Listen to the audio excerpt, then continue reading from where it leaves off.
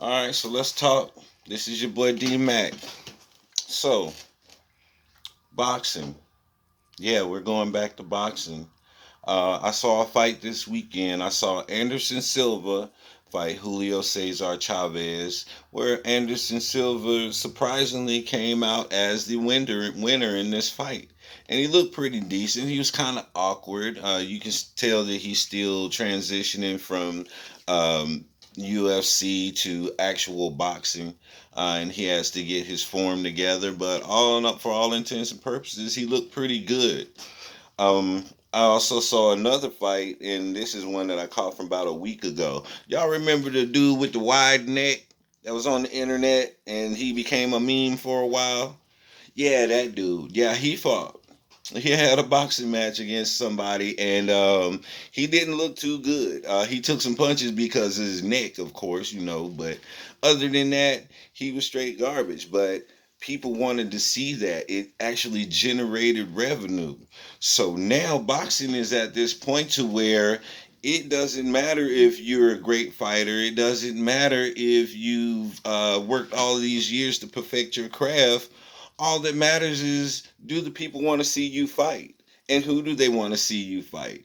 We have these celebrity matches. You had Lamar Odom fighting against Aaron Carter, and Lamar Odom naturally beat the wheels off of Aaron Carter because he's like 10 times his size.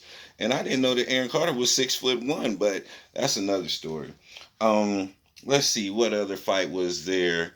Um, there's been so many celebrity matches that we've seen, and they're entertaining. I'll give you that. If it's two good celebrities, then it'll be entertaining to see. But overall, what does this do to boxing?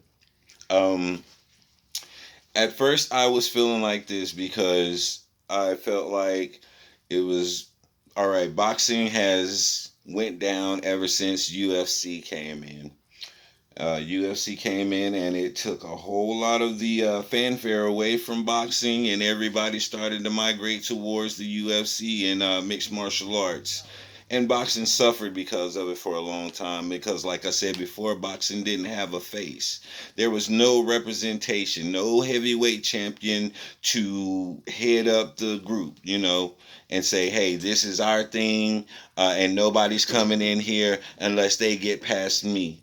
We haven't had anybody in boxing to say that. A true champion to say, no, you're not coming into our area of operation where we make our money in our profession unless you get past me. I haven't heard one boxer say that yet.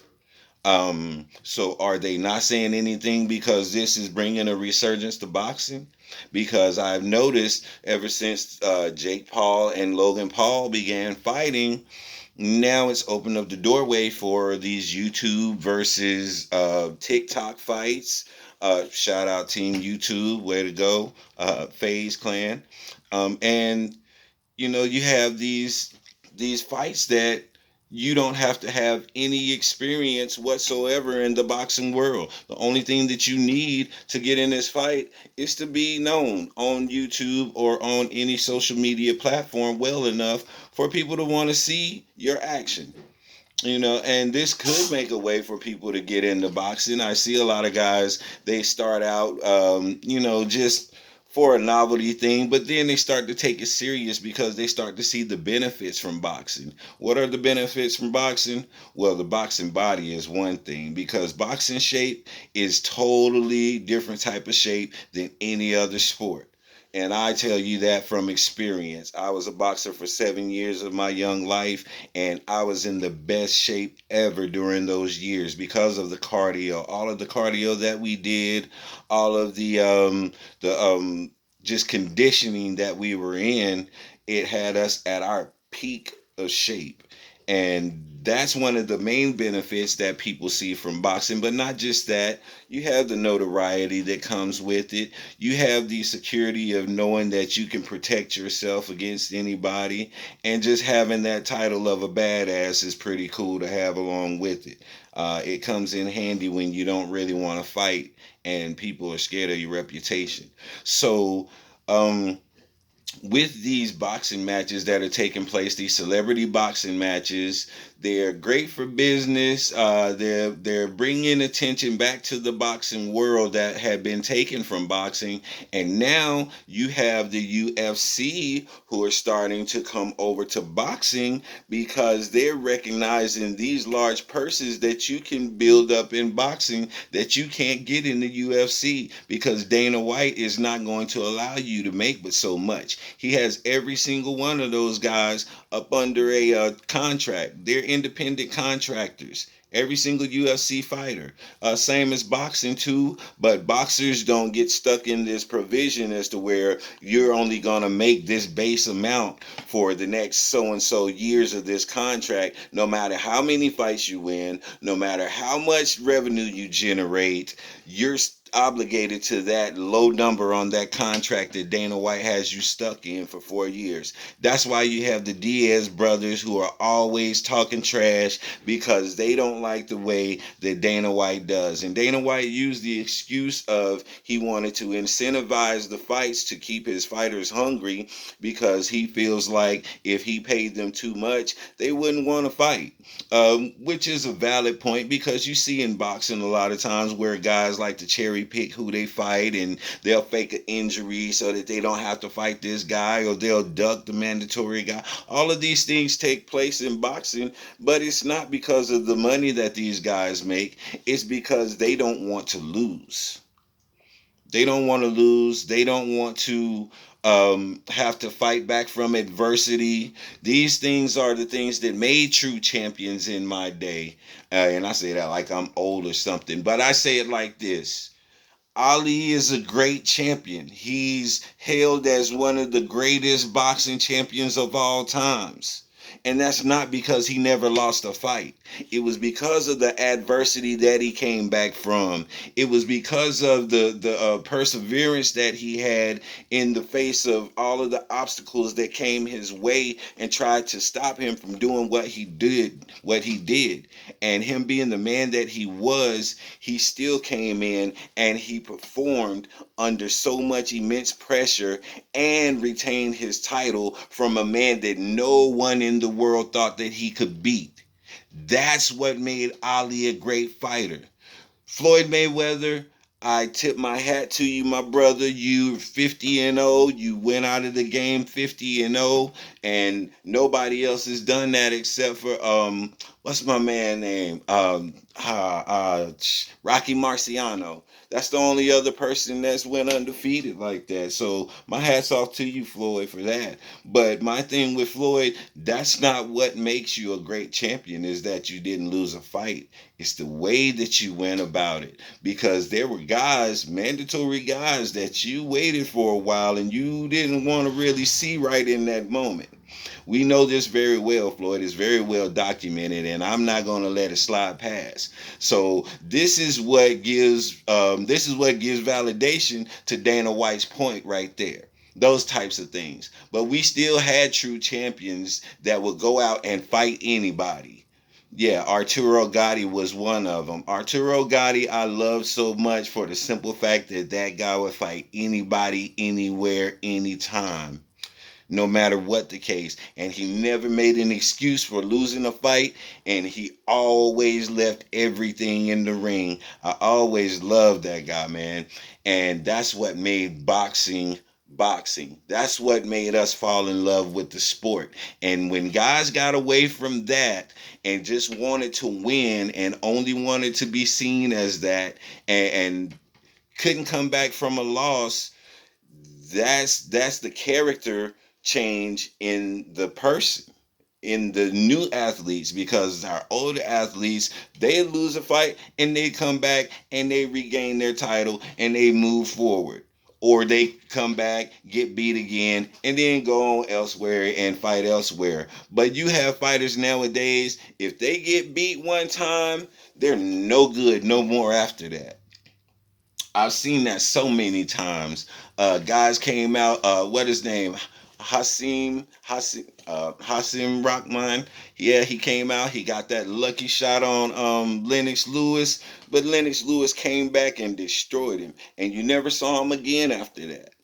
Why didn't he come back again? Why didn't he try for another title? A lot of these guys, once they get knocked out or beat real bad, they're never the same. Ask Shane Mosley after Vernon Forrest put them things on him. Shane was never the same after that.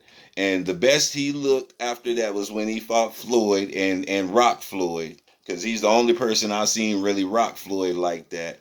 But he's still a shell of his former self. Even against Mayorga, he was a shell of his former self after being knocked out by Vernon Forrest twice. Now, another person, and I love this guy to death also, but Roy Jones Jr., one of the greatest pound for pound light heavyweights of the world. He was pretty much undefeatable. That's what everybody said. Yo, who can beat this guy? Until Tarver came along. Tarver came along and said, "I got your number, buddy," and he put those things on Roy. And after he knocked Roy out, and people figured out if you get Roy up against the ropes to where he can't move backwards, then you can catch him with a good blow and knock him out. And Roy got knocked out what, two more times after that by nobody, dude, Glenn something. Dude, yeah, knock Roy out because they figured him out. They figured out the formula. And after that, Roy was never the same again.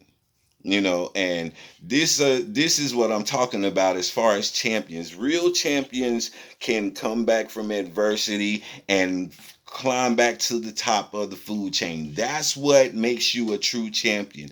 That's what gives you the character that we as sports fans fall in love with.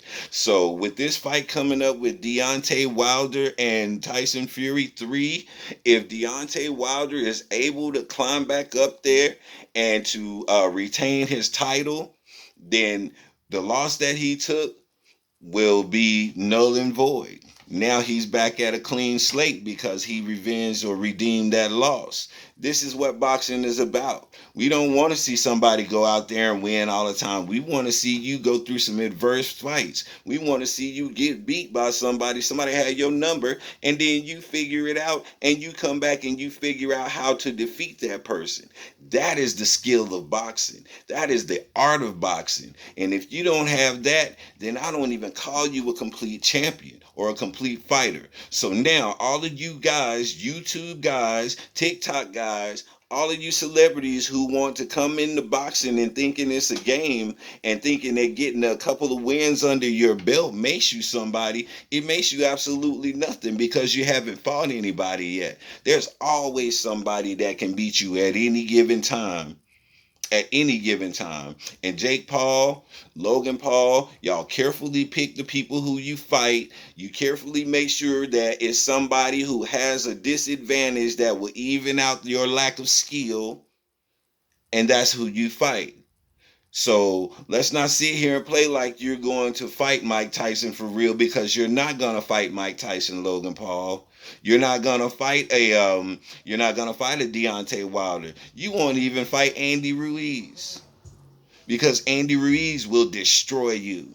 So if you don't fight a legitimate heavyweight or a legitimate light heavyweight, then you're garbage. You're going to be considered a joke as you are now. It's a novelty and it's fun to watch and entertain it, but you'll never be seen as a serious boxer because you're taking these powder puff fights and you're cherry picking people and you're fighting people who are not at the same level. Now, Floyd Mayweather fight against Logan Paul. Logan Paul was 40 pounds heavier than Floyd at least.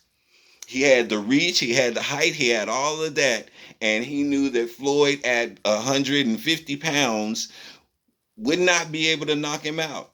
Because in Floyd's last, I don't know how many fights, Floyd didn't knock anybody out. He won his fights by accumulation of punches. And this is the thing that Logan Paul knew. And Logan Paul knew that going into this fight, the worst case scenario is that Mayweather would catch him with a lot of punches, throw a bunch of flurries of punches and stuff like that. But he never in a million years felt like Floyd Mayweather Jr. could knock him out.